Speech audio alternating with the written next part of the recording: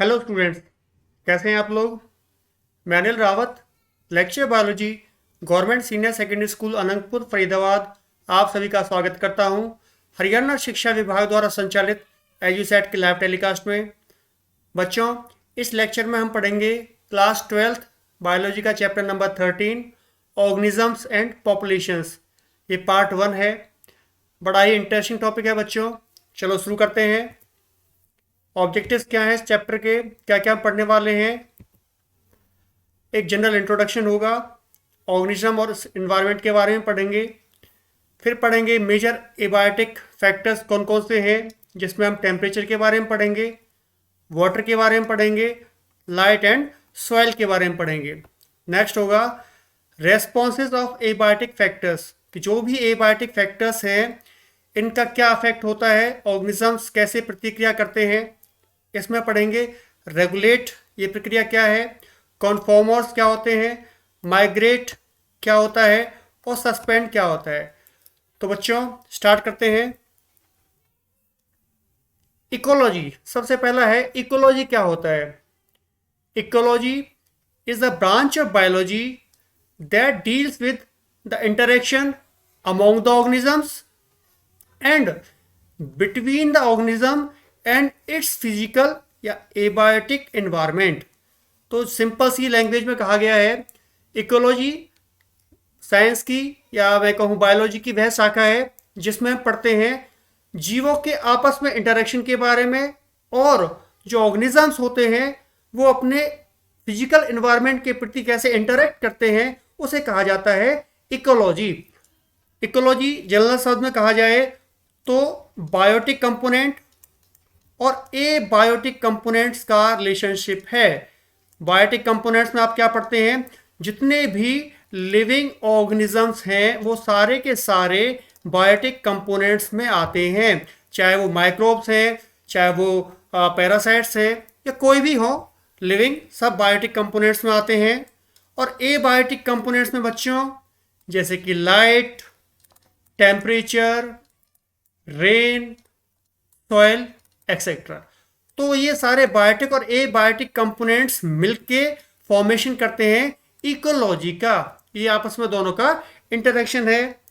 आप ये सुंदर सी पिक्चर देख रहे हैं, तो यहाँ पे सारे लिविंग ऑर्गेनिजम्स हैं। एबायोटिक कंपोनेंट्स में लाइट देख लिया, चाहे वो एयर है या वाटर है, उनका इंटरेक्शन इकोलॉजी कहलाता है। अब पढ़ते हैं लेवल ऑफ बायोलॉजिकल ऑर्गेनाइजेशंस, कि कौन कौन से लेवल होते हैं किसी भी बायोलॉजिकल ऑर्गेनाइजेशन में।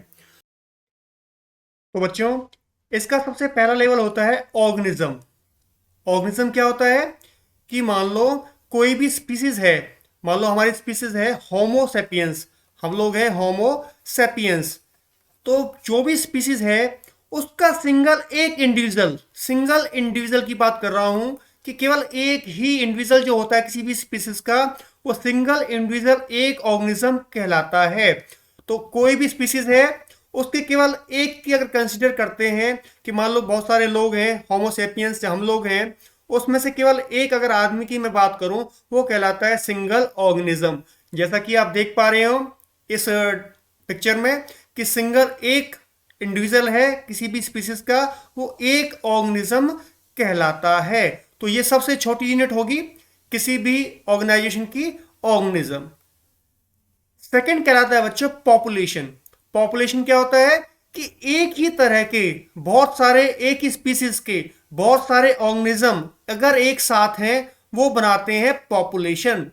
तो पॉपुलेशन की डेफिनेशन क्या होगी, population is group of similar type of species या similar type of organisms are known as population. Clear है। थर्ड आता है बच्चों कम्युनिटी। कम्युनिटी में क्या होता है कि जितने भी ऑर्गेनिजम्स हैं, लिविंग ऑर्गेनिजम्स, आपस में कैसे इंटरेक्ट करते हैं, वो कंबाइनली रूप से कहा जाए तो वो कम्युनिटी का फॉर्मेशन करते हैं, जिसमें डिफरेंट टाइप ऑफ स्पीसीज एक साथ होती हैं लिविंग ऑर्गेनिजम्स की, वो कम्युनिटी कहलाती है। आप इस चित्र में देख रहे हैं अलग अलग स्पीसीज हैं, अलग अलग एनिमल्स हैं, कम्युनिटी की फॉर्मेशन कर रहे हैं। नेक्स्ट फोर्थ लेवल आता है इकोसिस्टम, कि जितनी भी डिफरेंट कम्युनिटीज हैं वो आपस में जो हमारा एनवायरनमेंट है उसमें कैसे इंटरेक्ट करती हैं, तो कंबाइनली उसको कहा जाता है इकोसिस्टम, लिविंग कंपोनेंट्स, कम्युनिटीज और उसका एनवायरनमेंट। फिफ्थ पढ़ते हैं बायोम के बारे में। बायोम क्या होता है कि जो लिविंग कम्युनिटीज है वो एक ज्योग्राफिकल एरिया में जो रह रही होती हैं, वो लॉन्ग ज्योग्राफिकल एरिया और वो कम्युनिटीज जहां वो रहती हैं वो कंस्टिट्यूटली बनाती हैं एक बायोम। क्लियर है? और नेक्स्ट एंड सबसे हायर लेवल होता है बायोस्फीयर। बायोस्फीयर क्या होता है कि जितनी भी लाइफ की पॉसिबिलिटीज है, चाहे वो एयर में है, चाहे वो लैंड पे है, चाहे वो वाटर में है, वो कंबाइनली कहा जाता है बायोस्फीयर। कि जितना भी पॉसिबिलिटीज हो सकती हैं लाइफ की, चाहे पानी में हो, चाहे एयर में हो, चाहे लैंड पे हो, वो कंबाइनली कहा जाता है बायोस्फीयर। तो अगर बायोलॉजिकल ऑर्गेनाइजेशन की बात करते हैं तो सबसे पहला जो होता है लेवल वो होता है ऑर्गेनिज्म, एक सिंगल जीव, एक स्पीसीज, एक सिंगल इंडिविजुअल, और लार्जेस्ट यूनिट होती है बायोस्फीयर। तो बच्चों ये लेवल है किसी भी बायोलॉजिकल ऑर्गेनाइजेशंस के। अब टाइप ऑफ बायोम्स की बात करते हैं। देखिए, जो हमारी अर्थ है अपनी एक्सिस पे टिल्टेड है, थोड़ा झुकाव है और अपनी एक्सिस के अराउंड रोटेट करती है। ये फॉर्मेशन करती है अलग अलग वेदर्स के, अलग अलग इन्वायरमेंटल कंडीशंस बनती हैं, टेम्परेचर की, चाहे वो रेन की। तो ये अलग अलग इन्वायरमेंटल कंडीशंस जो हैं, चाहे वो टेम्परेचर की हो, वो रेन, या मैं कहूँ कि रेन की हो, तो ये अलग अलग बायोम्स की फॉर्मेशन करते हैं। ये आपको डायग्राम दिया हुआ है, ये अलग अलग बायोम्स हैं, एक एक करके पढ़ते हैं। ये दिया हुआ है मीन एनुअल प्रेसिपिटेशन। यहाँ पे क्या हो सकता है, जो प्रेसिपिटेशन रेन के फॉर्म में भी हो सकता है या स्नो, आइस जो बर्फ पड़ती है उसके रूप में भी हो सकता है। और ये दिया हुआ है यहाँ पे एनुअल टेम्परेचर। ठीक है, टेम्परेचर यहाँ पे दिया हुआ है और इस एक्सेस के अराउंड दिया हुआ है रेन या स्नो। तो कितने तरह के बायोम्स है बच्चों? पहला है आर्कटिक एंड एल्पाइन टुंड्रा। अगर टेम्परेचर रेंज देखते हैं इनकी तो ये बिलो जीरो ही है। टेम्परेचर रेंज में अगर जाते हैं 0 से -10 तक आता है। और ये अगर इसकी रेन का देखते हैं तो ये अराउंड 100 से ज़्यादा होता है, 100 सेंटीमीटर से ज़्यादा रेन होती है। टेम्परेचर बहुत कम है। तो ये टुंड्रा जो होते हैं मेनली ग्लेशियर्स जो होती हैं जहाँ टेम्परेचर बहुत ज़्यादा कम होता है, माइनस में टेम्परेचर होता है, वो एरिया टुंड्रा कहलाता है। और यहाँ पे जो वेजिटेशन की बात करते हैं तो मेनली लाइकन्स जहाँ पे पाए जाते हैं वेजिटेशन के रूप में। तो टुंड्रा वो बायोम है जहाँ पे टेम्परेचर बहुत कम होता है। और जो अगर रेन या आइस की बात करते हैं तो वहाँ पे 100 से अबव 100 सेंटीमीटर से अबव रेनफॉल होता है। सेकेंड हम पढ़ते हैं कॉनिफेरस फॉरेस्ट। तो जो कॉनिफेरस फॉरेस्ट होते हैं सेकेंड, अगर टेम्परेचर की बात करते हैं बच्चों तो इनका टेम्परेचर 15 डिग्री से नीचे ही रहता है। और रेन की बात करते हैं तो 250 सेंटीमीटर्स इनका जो रेन का वो है, 250 सेंटीमीटर रेन होती है। टेम्परेचर की रेंज कम है बट टुंड्रा से ज़्यादा है। और रेनफॉल की बात करते हैं वो भी यहाँ पे ज़्यादा होता है। तो अगर हम बात करते हैं हिमाचल के ऊपर की बेल्ट की, यहाँ पे कॉनिफेरस फॉरेस्ट पाए जाते हैं, चाहे चीड़ के पेड़ जो कहते हैं वो यहाँ पे पाए जाते हैं, पाइन के पेड़ यहाँ पाए जाते हैं। तो ये कॉनिफेरस फॉरेस्ट है। थर्ड पढ़ते हैं temperate forest. Temperate forest third, अगर टेम्परेचर की बात करते हैं तो टेम्परेचर इनका 0 डिग्री से लेके 25 बिलो रहता है, ये टेम्परेचर रेंज है इनकी। अगर हम बात करते हैं रेन की तो यहाँ पे 200 सेंटीमीटर से रेन जो एरिया है वो रेन का ज़्यादा है टेम्परेट फॉरेस्ट। यहाँ पे रेनफॉल होता है, टेम्परेचर भी थोड़ा कम होता है, गर्मी में ज़्यादा गर्मी हो जाती है, सर्दी में ज़्यादा सर्दी हो जाती है। तो ये बायोम कहलाता है टेम्परेट फॉरेस्ट। फोर्थ पढ़ते हैं बच्चों tropical forest. Tropical rain forest भी इसको कहा जाता है। अगर रेन की बात करते हैं यहाँ पे देखिए सबसे ज़्यादा जो रेनफॉल होता है 400 सेंटीमीटर से भी ज़्यादा, सबसे ज़्यादा रेनफॉल होता है ट्रॉपिकल रेन फॉरेस्ट जो होते हैं। अगर जो चिरापुंजी की मैं बात करता हूँ जहाँ पे ज़्यादा रेनफॉल होता है, तो ये फॉरेस्ट होते हैं जहाँ पे टेम्परेचर की अगर बात करते हैं तो टेम्परेचर जो रहता है वो 25 से बिलो ही रहता है और 20 to 25 अराउंड रहता है टेम्परेचर इनका ट्रॉपिकल रेन फॉरेस्ट का। और जो रेन की बात करूँ तो काफ़ी ज़्यादा रेनफॉल यहाँ पे होता है। और सबसे ज़्यादा वेजिटेशंस जो होती हैं जितने ट्रीज़ की वो यहाँ पे पाई जाती है ट्रॉपिकल रेन फॉरेस्ट में। सबसे ज़्यादा ऑक्सीजन प्रोड्यूस करने वाला ट्रॉपिकल रेन फॉरेस्ट। उसके बाद पढ़ते हैं फिफ्थ जो होता है वो पढ़ते हैं हम लोग ग्रासलैंड्स के बारे में। ग्रासलैंड्स क्या होते हैं?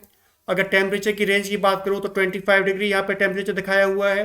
टेम्परेचर 0 से ज़्यादा 25 तक जाता है। और रेनफॉल की बात करते हैं तो 100 अराउंड रेनफॉल रहता है इनका, 50 to 100 रेनफॉल रहता है ग्रासलैंड। यहाँ की जो वेजिटेशन होती है मेनली ग्रासी होती है। आपने सवानाज पंपास के बारे में पढ़ा होगा, ये मेनली ग्रासलैंड्स है। यहाँ पे हर्ब शब्स या ग्रासेस पाई जाती हैं, तो जो बड़ी वेजिटेशन है पौधों की यहाँ पे नहीं पाई जाती है। लास्ट कैटेगरी है बच्चों बायोम्स की डेजर्ट्स। डेजर्ट्स, अगर डेजर्ट्स का देखते हैं रेनफॉल तो 50 से बिलो ही रहता है। डेजर्ट्स यहाँ पे वेजिटेशन नहीं होती है, रेनफॉल नहीं होता है, टेम्परेचर भी इनका 5 से 25 या मोर देन टेम्परेचर होता है। डेजर्ट जैसे आपने सुना है, भारत में डेजर्ट की बात करते हैं तो सहारा है, थार डेजर्ट है राजस्थान में। तो ये डेजर्ट्स हैं जहाँ पे जो रेनफॉल होता है बहुत ही कम होता है, वेजिटेशन भी बहुत कम होती है। तो ये अलग अलग बायोम्स थे किसके यहाँ पे, on the basis of rainfall and temperature range. तो ये अलग अलग बायोम्स आपने समझे। अब पढ़ते हैं मेजर बायोम्स जो कि भारत में पाए जाते हैं। अगर देखें तो इसमें एनसीईआरटी से लिया हुआ चित्र। फर्स्ट जो दिखाया हुआ है बच्चों, वो दिखाया हुआ ट्रॉपिकल रेन फॉरेस्ट। ये वो फॉरेस्ट होते हैं जहाँ पर रेनफॉल ज़्यादा होता है, हमेशा ग्रीन रहते हैं, ट्रॉपिकल रेन फॉरेस्ट। सेकेंड है डेसिडुअस फॉरेस्ट, रेनफॉल ट्रॉपिकल से थोड़ा कम होता है, चौड़े चौड़े पत्ते वाले वृक्ष पौधे पाए जाते हैं यहाँ पे। डेसिडुअस फॉरेस्ट एवरग्रीन रहते हैं, सदाबहार रहते हैं। And third is desserts.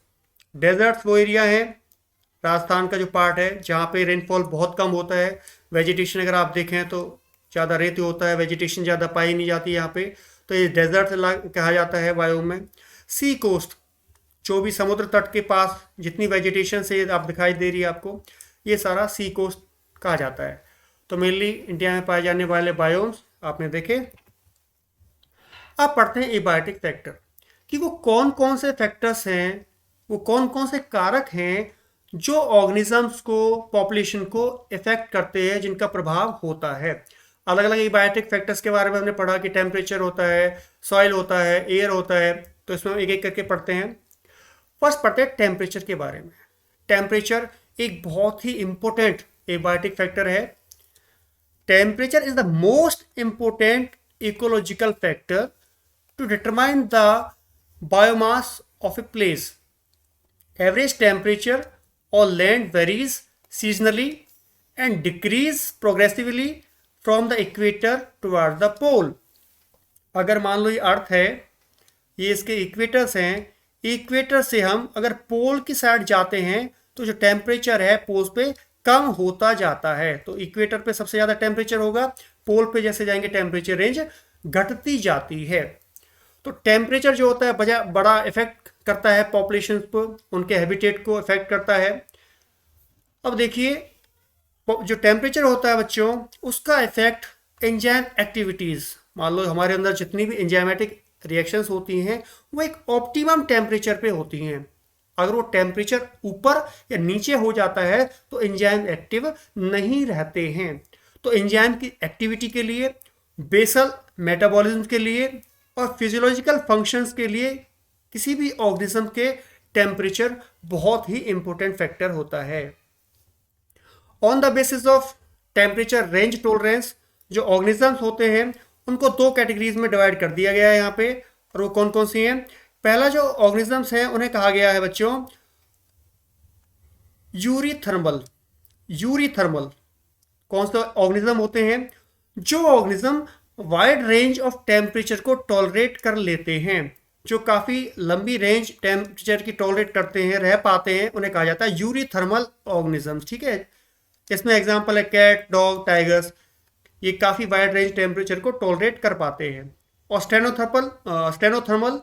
Stenothermal वो ऑर्गेनिज्म होते हैं, जीव होते हैं जो नैरो रेंज टेम्परेचर की टॉलरेट करते हैं, मतलब बहुत कम वेरिएशन को टॉलरेट कर पाते हैं। अगर ज़्यादा टेम्परेचर का वेरिएशन होगा तो ये टॉलरेट नहीं कर पाते हैं, तो इन्हें कहा जाता है स्टेनोथर्मल। जैसे पेंगुइन्स हो गए एग्जाम्पल, फिशेस हो गई या क्रोकोडाइल्स हो गए, ये सारे स्टेनोथर्मल में आते हैं। तो स्टेनोथर्मल और यूरीथर्मल के ऊपर क्वेश्चन सीधे सीधे पूछ लिए जाते हैं एग्जाम में कि स्टेनोथर्मल क्या है और यूरीथर्मल क्या हैं? तो आपको क्लियर हो गया होगा, जो वाइड टेम्परेचर की रेंज को सह पाते हैं, टॉलरेट कर पाते हैं, वो यूरिथर्मल। जो नैरो रेंज टेम्परेचर को सह पाते हैं, टॉलरेट कर पाते हैं, उन्हें कहा जाता है स्टेनोथर्मल। नेक्स्ट एबायोटिक कंपोनेंट है water. Water is the most important factor for a life, you know. जैसे हमने पढ़ा टेम्परेचर के बारे में, ऐसे ही वाटर है कि जो लाइफ की ओरिजिन हुई थी अर्थ पे, वो कहाँ हुई थी? वाटर के अंदर ही हुई थी। और बिना पानी के भी लाइफ सस्टेन नहीं कर सकती है अर्थ के ऊपर। कि जो ग्रीनरी है, प्लांट्स की मैं बात करूं, उनको ग्रोथ के लिए पानी चाहिए होता है, हमारी मेटाबॉलिक एक्टिविटीज के लिए पानी चाहिए होता है। तो water is a great abiotic factor which affects our life. Productivity and distribution of plants is heavily dependent on water. हमने देखा ट्रॉपिकल रेन फॉरेस्ट, जहाँ पे जो बारिश थी, रेनफॉल था, पानी था, वो बहुत ज़्यादा था, तो हमेशा वो ग्रीन रहते हैं पौधे, वेजिटेशन डेंस होती है।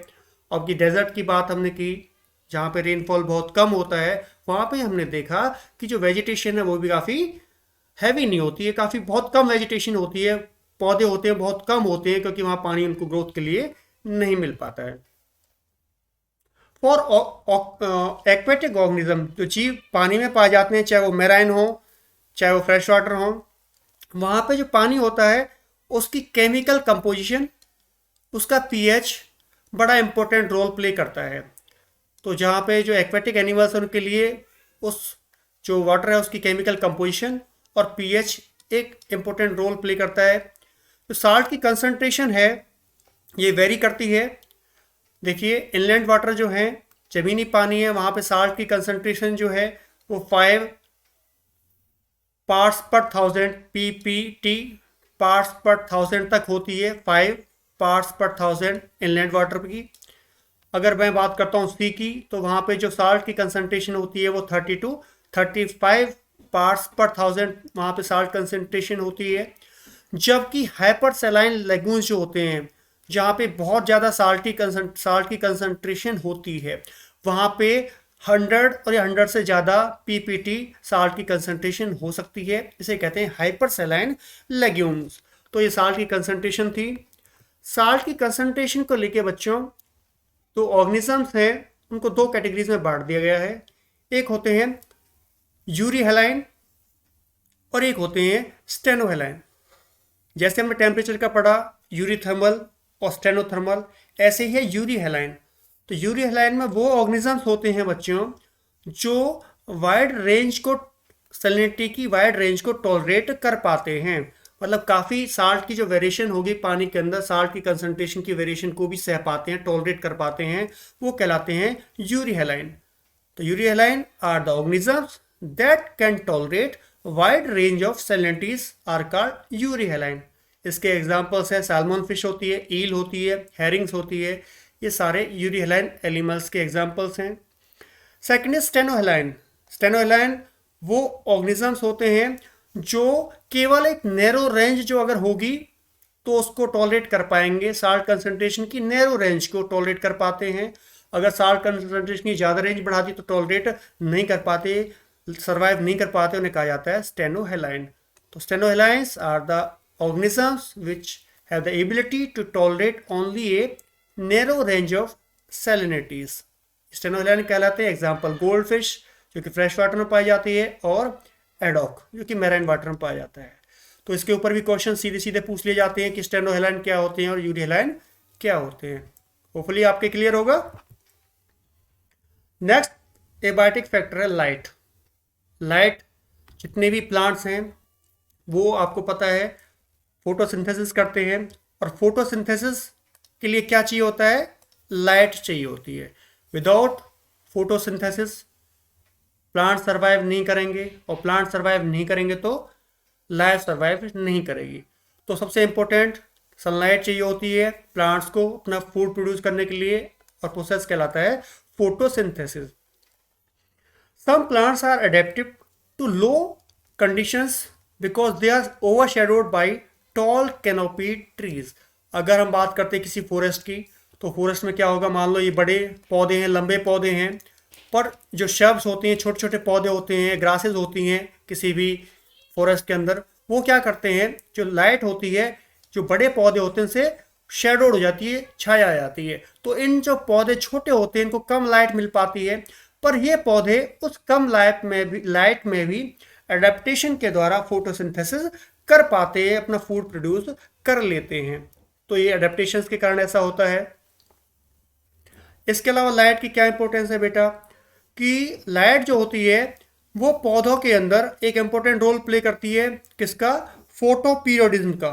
फोटो पीरियोडिज्म क्या होता है? फोटो पीरियोडिज्म हमने पढ़ा क्लास 11th के अंदर कि एक जो पौधे होते हैं उनको फ्लावरिंग करने के लिए एक मिनिमम टाइम पीरियड चाहिए होता है लाइट का। तो वो लाइट का पीरियड अगर पौधों को मिलता है तो वो फ्लावरिंग करते हैं, और पीरियड नहीं मिलता तो फ्लावरिंग नहीं करते। तो इसमें हमने पढ़ा था लॉन्ग डे प्लांट और शॉर्ट डे प्लांट्स के बारे में। तो ये फोटो पीरियोडिज्म कि अगर लाइट की जो ड्यूरेशन है प्लांट्स के लिए वो बहुत इंपॉर्टेंट है फ्लावरिंग करने के लिए। तो दूसरा इफेक्ट हो गया लाइट का फ्लावरिंग के लिए पौधों में। नेक्स्ट अगर एनिमल्स की बात करते हैं तो लाइट एनिमल्स के अंदर भी इंपॉर्टेंट रोल प्ले करती है। उसमें भी फोटो पीरियड है लाइट का। अलग अलग एक्टिविटीज़ के लिए लाइट कितने टाइम मिल पा रही है, चाहे वो उनको चारा ढूंढने के लिए हो, चाहे वो रिप्रोडक्शन करने के लिए हो, या माइग्रेटरी एक्टिविटीज़ के लिए हो, इनके लिए भी लाइट्स की जो ड्यूरेशन है वो इम्पोर्टेंट होती है एनिमल्स में भी। ठीक है, एनिमल्स में भी लाइट की ड्यूरेशन किस काम आती है, चाहे वो खाना ढूंढने के लिए हो, चाहे वो रिप्रोडक्शन करने के लिए हो, या माइग्रेटरी एक्टिविटीज़ के लिए हो। The availability of light and land is closely linked that of temperature and sun is the source of both. अब देखिए, जो सन से हमें लाइट मिल रही है उसी के द्वारा ही वो जो टेम्परेचर होता है अर्थ का वो मेंटेन होता है। अगर सर्दियों में किसी दिन बादल हो जाएं और लाइट हमें ना मिले तो ठंड बढ़ जाती है। तो लाइट इनडायरेक्टली या डायरेक्टली हम कह सकते हैं कि टेम्परेचर रेगुलेशन कंट्रोल करती है, अर्थ के टेम्परेचर को कंट्रोल करती है लाइट, क्योंकि सन से जो हमें टेम्परेचर मिल रहा है किसके फॉर्म में मिल रहा है, वो लाइट जो टेम्परेचर देता है। और लाइट जो आती है सन से उसमें एक यूवी कंपोनेंट भी होता है, यूवी लाइट भी होती है। और यूवी लाइट क्या करती है, ये हार्मफुल होती है प्लांट्स और एनिमल्स के लिए। तो लाइट हमने देखा कि क्या इफेक्ट डालती है animals as well as plants के ऊपर। अगला एबायोटिक कंपोनेंट है सॉइल। सॉइल मिट्टी। अगर पौधे को ग्रो कराना है तो आपको सॉइल चाहिए। तो सॉइल डायरेक्टली लिंक्ड है प्लांट्स की ग्रोथ से। The nature and properties of soil in different places very. अलग अलग जगह पे जो सॉइल की प्रॉपर्टीज हैं उसके जो नेचर है अलग अलग होता है। सॉइल का जो टाइप्स है बच्चों वो डिपेंड करता है क्लाइमेट कैसा है वहाँ पे, वेदरिंग प्रोसेस कैसा हुआ है, जो मिट्टी बनी है चट्टानों के टूटने से वो कैसे बनी है, सॉइल ट्रांसपोर्टेड है एक जगह से दूसरी जगह लाई गई है या सेडिमेंट्री है, या सॉइल का डेवलपमेंट कैसे हुआ है। तो ये सारे जो फैक्टर्स हैं वो ये निर्धारण करते हैं कि सॉइल किस प्रकार की होगी। टाइप ऑफ सॉइल को ये फैक्टर्स रेगुलेट करते हैं। Soil composition, grain size, aggregation determines the पर location and water holding capacity of the soil. तो सॉइल के जो पार्टिकल्स हैं कितना उनका साइज है, आपस में दूर दूर हैं या बिल्कुल पास पास हैं, ये डिटरमाइन करता है कि जो सॉइल होगी वो वाटर होल्डिंग कैपेसिटी कितनी होगी, वाटर को होल्ड करेगी या वाटर का जो परलोकेशन हो जाएगा होल्ड नहीं करेगी। तो ये परलोकेशन और होल्डिंग कैपेसिटी डिपेंड करता है सॉइल की कंपोजिशन के ऊपर, उसके पार्टिकल्स के साइज के ऊपर।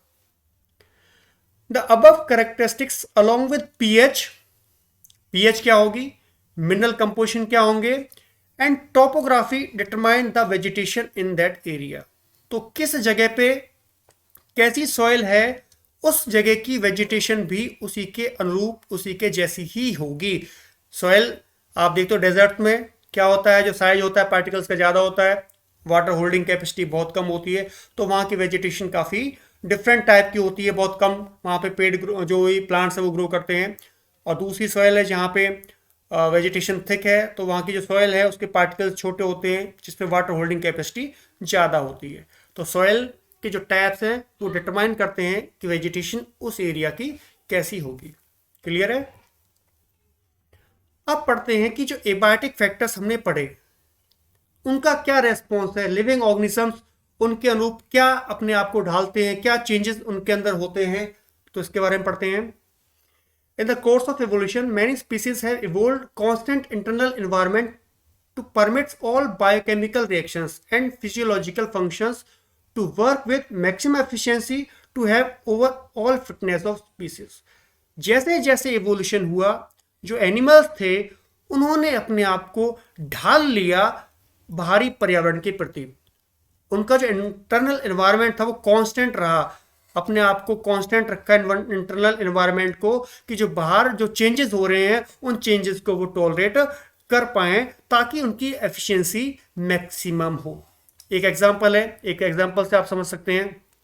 सपोज करिए कि गर्मी बहुत ज़्यादा है, आपको काम करने में दिक्कत आती है, जैसे मई जून में होता है, तो क्या होता है अगर एयर कंडीशंस लगा लिया जाता है तो उससे राहत मिलती है, काम की एफिशिएंसी बढ़ जाती है, चाहे वो आप घर पे हो, ऑफिस में हो या फिर ट्रांसपोर्ट में हो। ऐसे ही सर्दी है, टेम्परेचर बहुत कम है, काम की एफिशिएंसी घट गई तो रूम हीटर लगा दिए जाते हैं ताकि टेम्परेचर मेंटेन हो और उससे क्या होगा एफिशिएंसी काम की बढ़ जाती है। तो जो एडवर्स कंडीशंस थी वो आप उसको एडजस्ट कर लेते हो, चाहे वो एयर कंडीशन से चाहे वो हीटर से, अपने काम की एफिशिएंसी को बढ़ाने के लिए।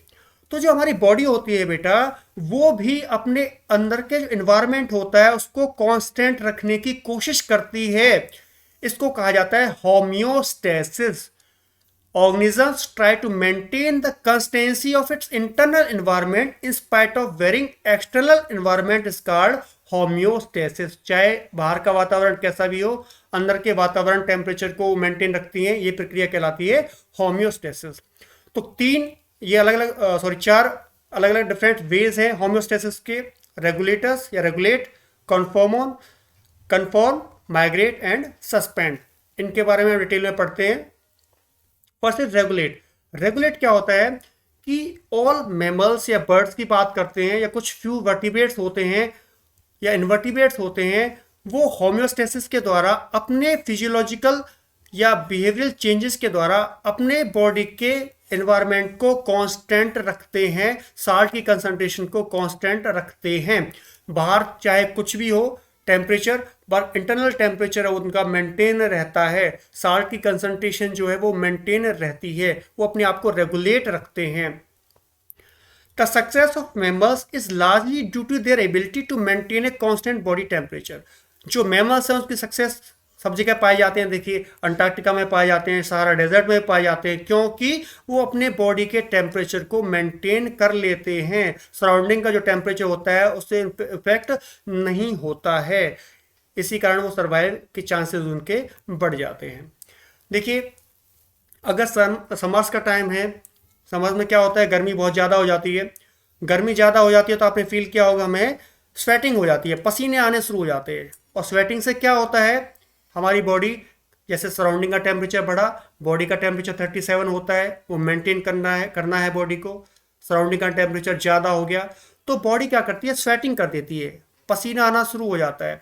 और पसीने आने से क्या हो जाता है जो इवेपोरेशन होता है उससे कूलिंग इफेक्ट होता है और बॉडी का टेम्परेचर मेंटेन हो जाता है। तो ऐसा कब होता है समर्स में होता है, आपने फील किया होगा। विंटर्स में क्या होता है, विंटर्स में जब टेम्परेचर बाहर का सराउंडिंग का काफी कम हो जाता है, 37 डिग्री जो टेम्परेचर बॉडी का उससे कम हो जाता है, तो कपकपाहट शुरू हो जाती है, शिवरिंग शुरू हो जाती है बॉडी में। और इस शिवरिंग से क्या होता है बॉडी हीट प्रोड्यूस करती है, और हीट प्रोड्यूस से क्या होगा बॉडी का टेम्परेचर बढ़ जाता है।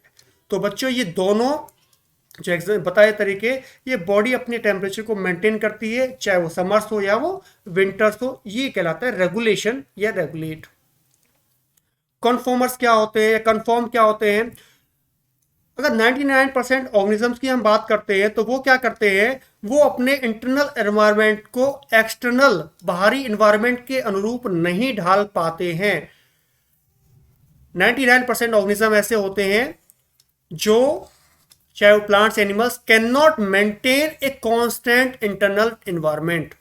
इंटरनल एनवायरनमेंट उनका कांस्टेंट नहीं रहता है, उनका बॉडी का जो टेम्परेचर है वो चेंज हो जाता है सराउंडिंग के टेम्परेचर से। या in aquatic animals osmotic concentration of the body fluids changes with that of ambient air water osmotic concentration. जो पानी में रहने वाले जीव हैं उनकी साल्ट की कंसंट्रेशन जो वो चेंज हो जाती है जो वाटर की कंसंट्रेशन होती है उसके साथ साथ। These animals plants are simply conformers, इन्हें कहा जाता है कन्फॉर्मर्स। तो कन्फॉर्मर्स एनिमल्स प्लांट्स क्या हुए बच्चों, जो अपने इंटरनल एनवायरनमेंट को सराउंडिंग के एनवायरनमेंट से रेगुलेट नहीं कर पाते हैं, कांस्टेंट एनवायरनमेंट इंटरनल नहीं रह पाता है, वो कहलाते हैं कन्फॉर्मर्स। क्वेश्चन है कि एक मैराइन फिश है, अगर मैराइन फिश को एक फ्रेश वाटर में डाल दिया जाए एक्वेरियम में तो क्या होगा, वो मर जाएगी या वो सरवाइव करेगी? तो सिंपल सा आंसर होगा मैराइन फिश है, मैराइन फिश को अडेप्टेड है मैराइन इन्वायरमेंट के लिए, जहाँ पे साल्ट की जो कंसंट्रेशन होती है क्या होती है, ज़्यादा होती है काफ़ी। अगर इसको फ्रेश वाटर में हमने डाल दिया तो फ्रेश वाटर में क्या होता है, साल्ट की कंसंट्रेशन काफ़ी कम होती है, लो कंसंट्रेशन होती है। तो ये फिश जो होगी ये अपने आप को रेगुलेट नहीं कर पाएगी, और जो फिश है साल्ट की कंसंट्रेशन बॉडी के अंदर काफ़ी पानी से कम होगी फ्रेश वाटर से, तो फ्रेश वाटर होगा वो अंदर चला जाएगा फिश की बॉडी में और फिश की डेथ हो जाएगी। तो मैराइन फिश फ्रेश वाटर में सरवाइव नहीं कर पाएगी क्योंकि ऑस्मोटिक रेगुलेशन नहीं हो पाएगा। अब बात क्वेश्चन ये है कि जो कन्फॉर्मर्स हैं बेटा वो रेगुलेटर्स क्यों नहीं बन गए, क्यों नहीं वो अपने आप को इंटरनल एनवायरनमेंट को कांस्टेंट रख पाए? तो इसका सिंपल सा एग्जांपल मैंने बताया था थोड़ी देर पहले कि अगर गर्मी है तो आप एयर कंडीशनर्स लगा के अपनी एफिशिएंसी को काम की बढ़ा लोगे, सर्दी का मौसम है तो हीटर लगा के कर लोगे। पर क्या सभी लोग जो है क्या वो उनके लिए अफोर्ड करना इजी होगा? क्या वो सभी एसी खरीद सकते हैं या रूम हीटर अफोर्ड कर सकते हैं? तो आंसर होगा नहीं, सभी अफोर्ड नहीं कर सकते। ऐसे ही जो एनिमल्स हैं वो भी रेगुलेटर्स नहीं हो सकते। क्यों? Thermo regulation is energetically expensive for many organism. Temperature को रेगुलेट करना और जीवों के लिए एक्सपेंसिव होता है। This is particularly true for small animals like श्रूज, humming birds. Heat loss, heat gain is a function of surface area. Since small animals have surface area larger relative to their volume, they tend to lose heat very fast when it is cold outside. बाहर ठंड ज़्यादा है तो जितने भी small animals हैं उनका जो सरफेस एरिया बॉडी का ज़्यादा है अगर कंपेयर करें उनके वॉल्यूम से, तो हीट लॉस उनकी बॉडी से बहुत जल्दी होता है। और इस हीट लॉस को गेन करने के लिए उनको काफ़ी ज़्यादा एनर्जी खर्च करनी पड़ेगी, मेटाबॉलिक एनर्जी खर्च करनी पड़ेगी बॉडी के टेम्परेचर को मेंटेन करने के लिए, और इतनी एनर्जी खर्च करना उनके लिए संभव नहीं है, पॉसिबल नहीं है। यही कारण है कि वो अपने इंटरनल टेम्परेचर को मेंटेन नहीं कर पाते।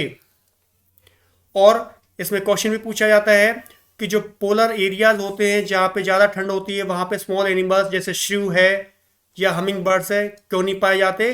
क्योंकि वो एनिमल्स उस हैबिटेट के अंदर अपने आप को रेगुलेट, कंट्रोल, एनवायरनमेंट कंट्रोल नहीं कर पाते हैं, या मैं कहूँ टेम्परेचर कंट्रोल नहीं कर पाते हैं। बॉडी का जो टेम्परेचर वो घट जाता है और उनकी डेथ हो सकती है, इसलिए वो वहाँ पे अडेप्टेड हैं ही नहीं।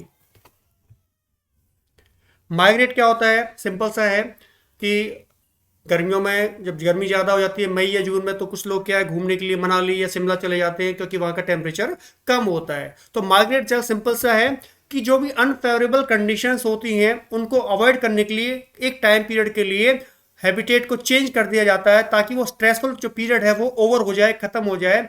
ये कहलाता है माइग्रेशन, कि अनफेवरेबल कंडीशंस को अवॉइड कर दिया जाए कुछ टाइम पीरियड के लिए, उसे कहा जाता है माइग्रेशन। इसमें एग्जाम्पल हमने पढ़ा है, देखते हैं। जैसे बर्ड्स होते हैं, बहुत सारे बर्ड्स, वो क्या करते हैं साइबेरिया या फिर नॉर्थ एरिया जो होता है जहाँ पे ठंड बहुत ज़्यादा होती है, वहाँ पे वो उस ठंड में सर्वाइव नहीं कर पाते, तो वहाँ से वो माइग्रेट करते हैं। और इंडिया में भरतपुर में ये नेशनल पार्क है कियोलाडो, इसमें काफ़ी संख्या में ये बर्ड्स जो होते हैं वो माइग्रेट करके पहुँच जाते हैं। तो काफ़ी लॉन्ग डिस्टेंस वो ट्रेवल करते हैं। किस लिए ट्रेवल करते हैं? ताकि वो एडवर्स कंडीशंस जो वहाँ पे हैं उनको अवॉइड कर पाएँ तो ये कहलाता है माइग्रेशन। देख रहे हैं आप, एनिमल्स हैं, जब एक जगह घास खत्म हो जाती है वो दूसरी जगह चले जाते हैं ताकि वहाँ कंडीशंस फेवरेबल हों। ये बर्ड्स का है कि बर्ड्स भी एक जगह से दूसरी जगह माइग्रेट कर जाते हैं फेवरेबल कंडीशंस के लिए। सस्पेंड क्या होते हैं? सस्पेंड होता है इनएक्टिव पीरियड। जो माइक्रो ऑर्गेनिजम्स होते हैं, अगर अनफेवरेबल कंडीशंस है जैसे बैक्टीरिया है, फंजाई है, तो वो क्या करते हैं, अनफेवरेबल कंडीशंस को बचाने के लिए थिक वॉल स्पोर प्रोड्यूस करते हैं, और ये स्पोर क्या करते हैं, अनफेवरेबल कंडीशंस में सरवाइव करने में हेल्प करते हैं। और जब फेवरेबल कंडीशन आती है तो स्पोर जनरेट करते हैं और दोबारा से लाइफ शुरू हो जाती है। हायर प्लांट्स में अगर देखें, जो सीड फॉर्मेशन होती है वो भी क्या है, अनफेवरेबल कंडीशंस को अवॉइड करने का ही एक तरीका है। कि जब अनफेवरेबल कंडीशंस हैं तो पौधे क्या करते हैं, सीड की फॉर्मेशन कर लेते हैं, और जब फेवरेबल कंडीशन आती है इन सीड से दूसरे पौधे जर्मिनेट कर लेते हैं। ठीक है, तो जो इस पीरियड में क्या होता है, मेटाबॉलिक एक्टिविटीज काफ़ी घट जाती हैं और ये डोरमेंट स्टेज में चले जाते हैं, इन्हें कहा जाता है सस्पेंड। और सस्पेंड के अलग अलग फॉर्म्स हम पढ़ लेते हैं। पहला हाइबरनेशन। हाइबरनेशन को कहा जाता है, ये डोरमेंट स्टेज है विंटर के टाइम की। कुछ एनिमल्स विंटर जब ज़्यादा होती है तो अपने आप को सर्वाइव करने के लिए छुपा लेते हैं, डोरमेंट स्टेज में चले जाते हैं, जैसे कि बियर। तो ये कहलाता है हाइबरनेशन। हाइबरनेशन जो होता है बच्चों, इसको विंटर स्लीप भी कहा जाता है। विंटर स्लीप मतलब सर्दी अगर ज़्यादा पड़ी तो वो छुप जाते हैं, हाइबरनेट हो जाते हैं। ये दिखा रखा है आपको एक एग्जांपल कि बियर है, बाहर ज़्यादा आइस है तो ये छुप गया है। ऐसे यहाँ पे एक एनिमल दिखा रखा है, अपने आप को बिलों में छुपा लेते हैं, ये कहलाता है हाइबरनेशन या विंटर स्लीप। एस्टिवेशन है। एस्टिवेशन को कहा जाता है जस्ट इसके उल्टे, इसको कहा जाता है समर स्लीप। कि जब गर्मी ज़्यादा होगी तो एनिमल्स क्या करेंगे, बाहर बहुत ज़्यादा गर्मी है तो बिल के अंदर या शेडोड पार्ट में चले जाएंगे जहाँ पे छाया है और अपने आप को गर्मी से बचा लेंगे। एग्जाम्पल इसका स्नेल्स दिया हुआ है। एस्टिवेशन, इसको कहा जाता है समर स्लीप। कि जब गर्मी ज़्यादा है तो उस गर्मी को ये अवॉइड करने के लिए छुप जाते हैं, ये समर स्लीप कहलाता है। एग्जाम्पल एक ये फ्रॉग दिखा रखा है, मेढक दिखा रखा है, मिट्टी में अपने आप को छुपा लेता है ताकि अनफेवरेबल कंडीशन से बचा जाए। डायपॉज पीरियड क्या है बेटा? Third is diapause. कि जो भी जू प्लैंक्टन्स हैं पानी के अंदर वो सस्पेंडेड फॉर्म में होते हैं, इनएक्टिव स्टेज में पड़े रहते हैं, एक्टिविटी उनकी घट जाती है, ये कहलाता है diapause, inactive period of small organisms. Example जू प्लैंक्टन इज कॉल्ड डायपॉज। तो ये हाइबरनेशन, एस्टिवेशन, डायपॉज तीनों ही इनएक्टिव स्टेजेस हैं एक तरह से, और अनफेवरेबल कंडीशंस जब आती है तो उससे अपने आप को बचाने का एक तरीका है। ये एक एग्जाम्पल दिया हुआ चित्र था जो एनसीईआरटी से लिया हुआ है। इंटरनल इन्वायरमेंट है, ये एक्सटर्नल इन्वायरमेंट है। जो रेगुलेटर्स होते हैं, वो रेगुलेटर्स का जो इंटरनल इन्वायरमेंट है वो हमेशा कांस्टेंट रहता है, एक जैसा ही रहता है, चाहे एक्सटर्नल इन्वायरमेंट कुछ भी हो। कन्फॉर्मर्स जो होते हैं बच्चों, उनका देख रहे हैं आप, ये दिखा रखा है ग्रीन लाइन से, जैसे ही एक्सटर्नल बदला इंटरनल इन्वायरमेंट चेंज हो जाता है, तो एक्सटर्नल इन्वायरमेंट बदलने से उनका इंटरनल इन्वायरमेंट चेंज हो जाता है, वो कहलाते हैं कन्फॉर्मर्स। पार्शियली रेगुलेटर्स क्या होते हैं कि कुछ स्टेज तक तो वो रेगुलेटर्स होते हैं, कुछ टेम्परेचर तक, कुछ एक्सटर्नल इन्वायरमेंट है उसमें रेगुलेटर की तरह काम करते हैं, वो अपने आप को मेंटेन करते हैं। बट जैसे एक्सट्रीम कंडीशंस आती हैं, एक्सटर्नल इन्वायरमेंट चेंज होता है, वो अपने आप को रेगुलेट नहीं कर पाते और वो क्या हो जाते हैं, कन्फॉर्मर्स बन जाते हैं, उन्हें कहा जाता है पार्शियली रेगुलेटर्स। तो तीन कैटेगरीज होगी, regulators, conformers and partially regulators. तो बच्चों इस लेक्चर में इतना ही था, होपफुली आपकी चीज़ें क्लियर हो गई होंगी। तो नेक्स्ट लेक्चर में हम इससे नेक्स्ट पार्ट पढ़ेंगे। Okay, thank you.